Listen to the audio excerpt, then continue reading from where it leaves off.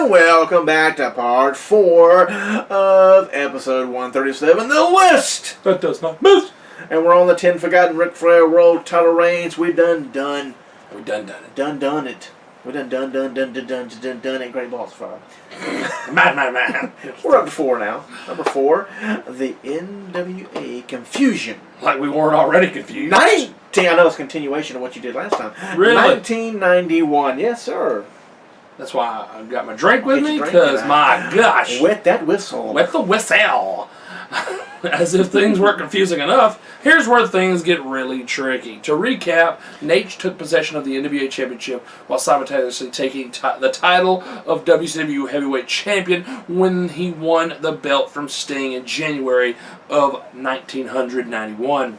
Flair's win over the Stinger was cited as the first official WCW title reign, and the lineage of the WCW Championship began. However, Nate would go on to lose the NWA Heavyweight Championship to Tatsumi Fujinami, who is now a WWE Hall of Famer as well, on March 21st, 1991, under confusing, dusty finish circumstances in Tokyo, muddying the waters of the dual championship reigns. As such, Flair would leave Japan no longer the NWA champion, yet still be recognized as WCW champion, marking the first time the two titles had been openly discussed as separate title entities.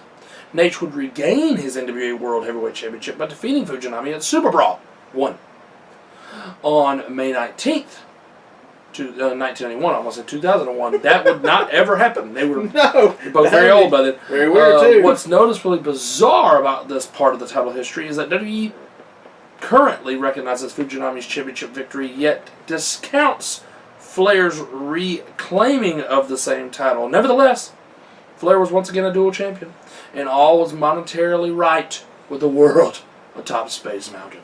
Unfortunately for Flair, he would soon find himself stripped of the WCW Championship on July the 1st, 1991, following his infamous disagreement with Jim Herd, as the man Jim Herd wanted him to become was it a Spartan? Yeah, Spartacus. Yes, Spartacus. Culminating in Herd firing the reigning champion and gifting the WWF both the Nature Boy and the WCW Championship itself in the process. I didn't realize it was so early in the WCW title lineage Not me neither. that he ran away with it. I know. Let's see here. Meanwhile, I'm glad you were looking. yes, I'm watching. Meanwhile, Flair was still considered the world's heavyweight champion by the NWA, despite being stripped of the WCW Championship by Herd on his way out the door. Still with us? I hope so. Flair not it off yet? because he's in the WWF with the WCW Championship while still being the NWA champion. Very confusing. So now you got all that. Okay. Flair would continue on as NWA champion post departure from WCW. However, his subsequent dealings with the WWF would throw yet another spanner. I would say another monkey wrench. That's what I was thinking too. Monkey wrench into the works.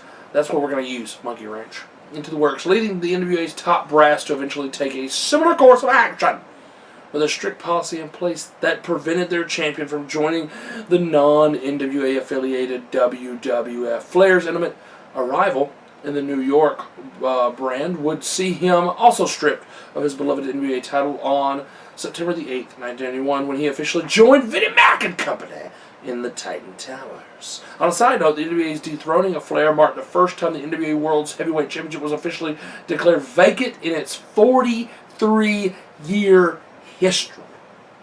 Wow. The NWA title would remain unclaimed for an astonishing 11 months. Wow. That's how much we didn't care about it then, because we had the two top things. Yeah. NWA was no longer the top dog. Yeah. Until a tournament was held to crown a new champion in the summer of 1992. Masahiro Chono would eventually defeat Ravishing Rick Rude in the finals of the G1 Climax to claim the revived NWA Championship in August. Wow. That's pretty good. It's a lot of information. Very confusing. So what they did is Heenan showed the belt on TV. Yes. Teasing. You're like, Tease. how's that big old belt here? And he kept saying he's going to bring the real world's champion. Right. And that was a great day for Flair. And I guess when they took the belt back and everything, that's when they started blurring out. They blurred out the belt, but it wasn't the belt. It wasn't the belt. I think it was a tag team title belt. Yeah, so it was something, it wasn't, yeah. So the fans there knew it wasn't the belt, but Right. it was blurred. They blurred it out.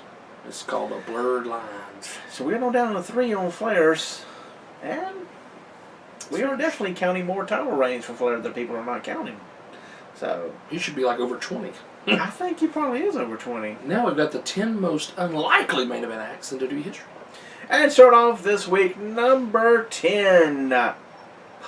Papa Shango. Given Charles Wright's size, it's not a total surprise. Is that right? Given Charles Wright's size, it's not a total surprise. Right! That he was regularly... I twirl my thumbs and bite my nose, yes. It's so much fun. I'm nervous, but it's so much fun. Regularly put into prominent positions throughout his 11-year... Throughout his 11-year WWE career. 11 years. That's a long-ass time for somebody being WWE. Especially with... You think he wouldn't last very long, but he had so many characters. Yeah, that's what it was. Like, was it broken down to 4 per... He debuted as Sir Charles, which I did not know that. Me neither. The 6'6", 330-pound Wright competed primarily on the house show circuit in 1981 before being repackaged as Papa Shango. Okay. That's why we didn't know. That's what we didn't know. Because we didn't go to house shows. Nope. If he showed up, we didn't get like, who's that? Who cares? A crazed voodoo practitioner. In early 1992, after establishing himself against enhancement wrestlers, Shango would enter a major feud with Hulk Hogan, who was still one of his biggest stars at the time. Unfortunately, the rivalry started with a noticeable botch, as Papa Shango missed his run-in cue at WrestleMania 5, 6, 7. 8. 6, 7, 8, yeah. I missed an I there. 5, 6, 7, 8. Hitting the ring. 5, 6, 7, 8. 5, 6, 7, 8. Go. All right. He was only at one WrestleMania 8. He wasn't at WrestleMania 5, 6, 7. He botched at WrestleMania 5, 6, 7, and 8. They waited on him to run down to the ring for 3 or 4 pay-per-views in a row now. Hitting the ring too late in Hogan's match with Sid Justice after wrapping his feud with Hogan, which is really, is it his fault because he's supposed to be waiting on the cue from the guy standing there at the gorilla position. Like drinking coffee. Blame him. Drinking coffee. Go, fatty, go! It's like he's got an earpiece telling Papa Shango when to go, so how's it Papa Shango's fault? I don't understand that. It's the same way that the botched or the terrible "This Is Your Life" is Alexa Bliss's fault. Right.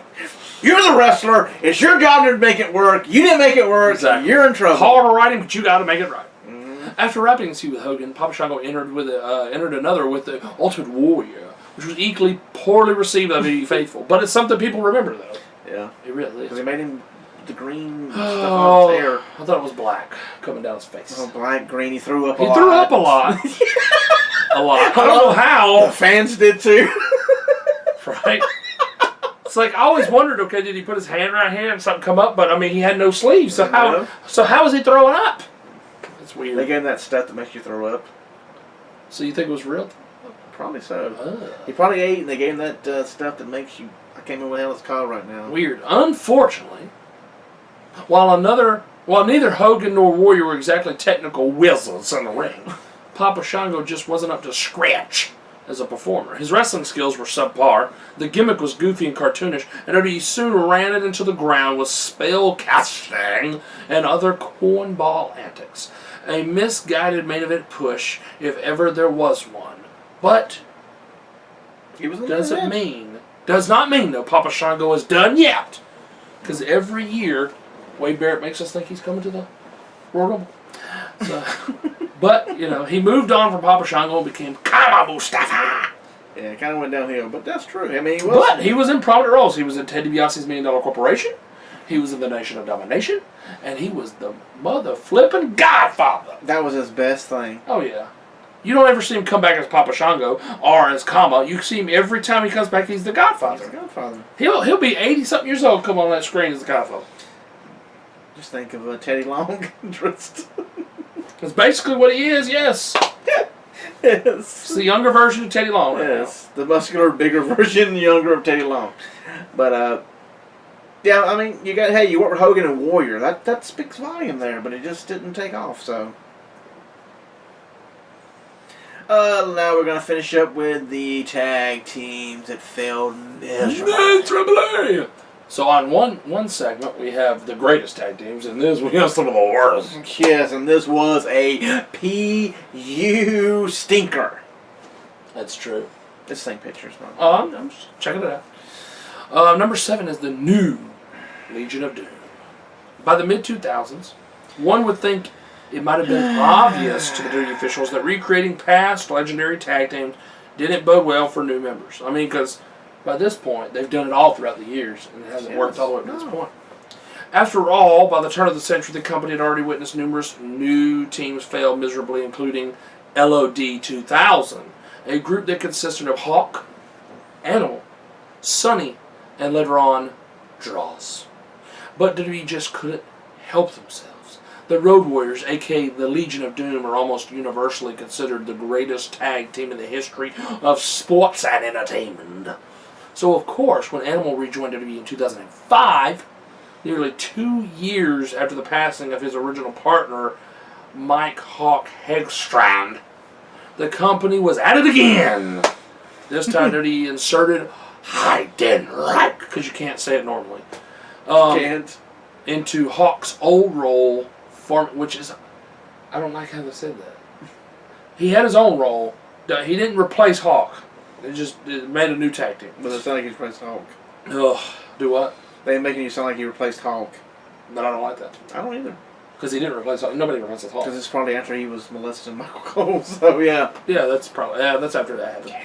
Forming a new version of the Legion of Doom, Heidenreich was given the full Road Warrior treatment. A mohawk, elaborate face paint, which is face pant right there. Somebody does the eye when they type this up.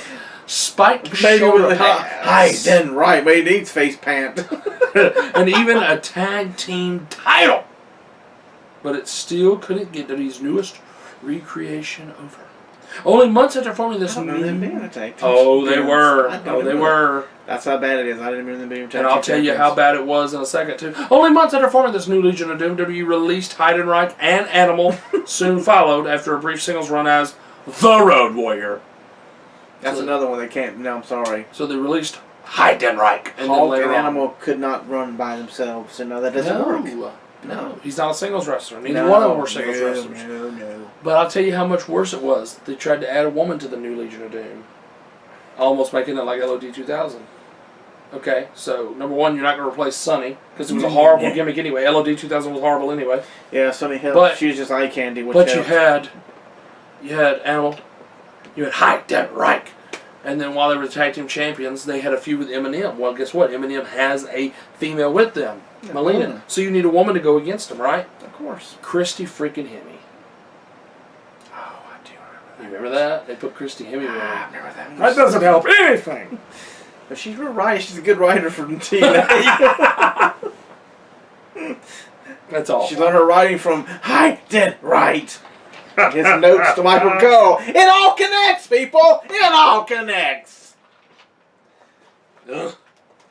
Good God Almighty. I saw an interview with him recently. Whoa, he's getting old. Who? Heidenreich. Yeah, he's definitely gotten up there in age, buddy.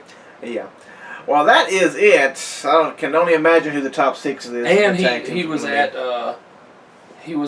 what do you call it? Where they do signings, one of the conventions. One of the WrestleCons or something. It was WrestleCon before WrestleMania. Yeah. So let me tell you though, they put makeup on his face. He had surgery on his face recently. He had some kind of, it wasn't cancerous, but he had some kind of skin. So without the makeup on, his face looks extremely bruised because he had just had it like a week before the WrestleCon. And they tried to recreate the face paint he used as Road Warrior Heidenreich. And by gosh, it don't even sound right saying that. It doesn't sound right. And the makeup, it's not the same quality as WWE makeup. It was horrible looking. That's your dollar store clown makeup. And he was hanging out with Alabama's version of Doink the Clown. Which there is really, he runs his own promotion.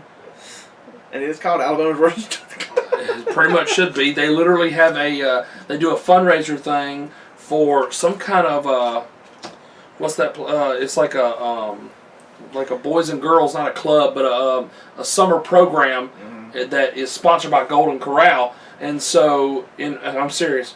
And so, in order to raise money, they wrestle in the Golden Corral parking lot as a fundraiser. It's getting worse, people. It's getting worse. And Heidenreich was there. And Teddy Long goes to that promotion a lot. And so does Bobby Lashley.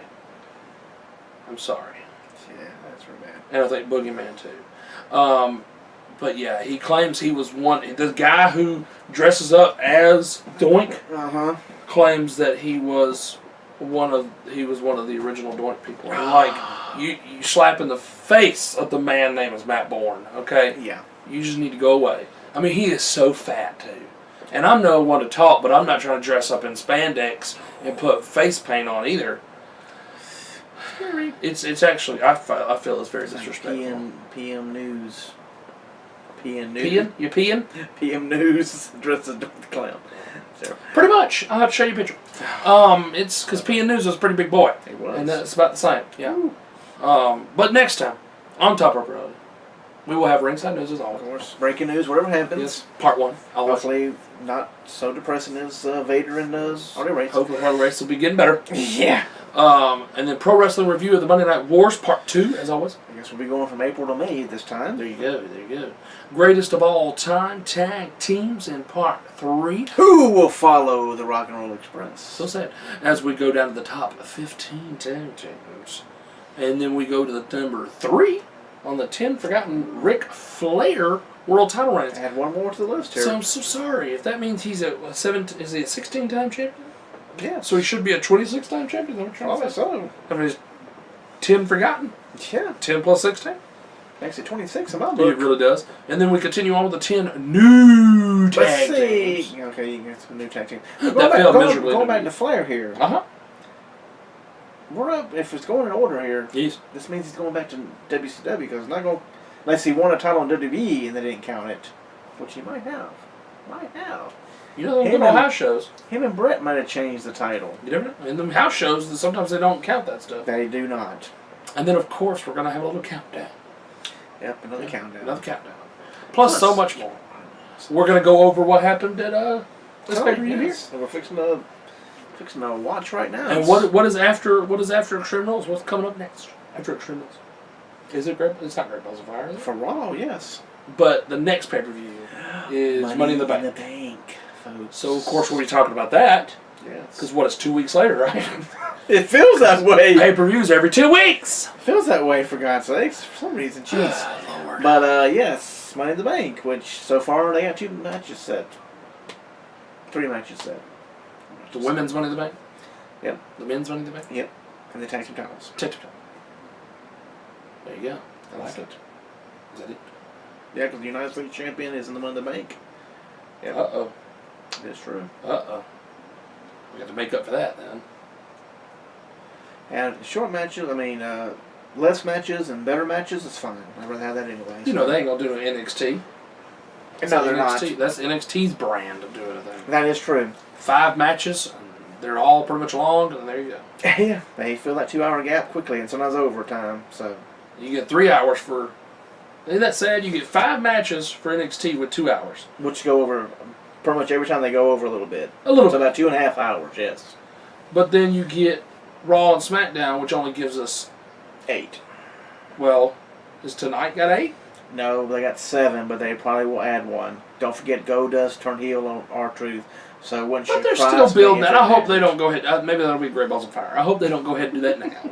Because they're still building that up on the director's chairs. They are still building it up, so... Which I'd much rather... you ain't got to wrestle every week. That's what I'm trying to tell y'all. Yes. You ain't got to wrestle every week.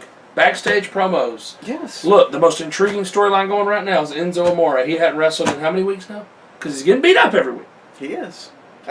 You seen him get hit by referees. He ain't even talking. That's all he's doing. Right. He's just laying there. And then he gets held and gets picked up and stuff. So, but the longest match of the night tonight should be the main event.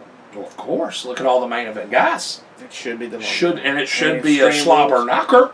Maybe we'll have blood and have the referee stop it. Yes.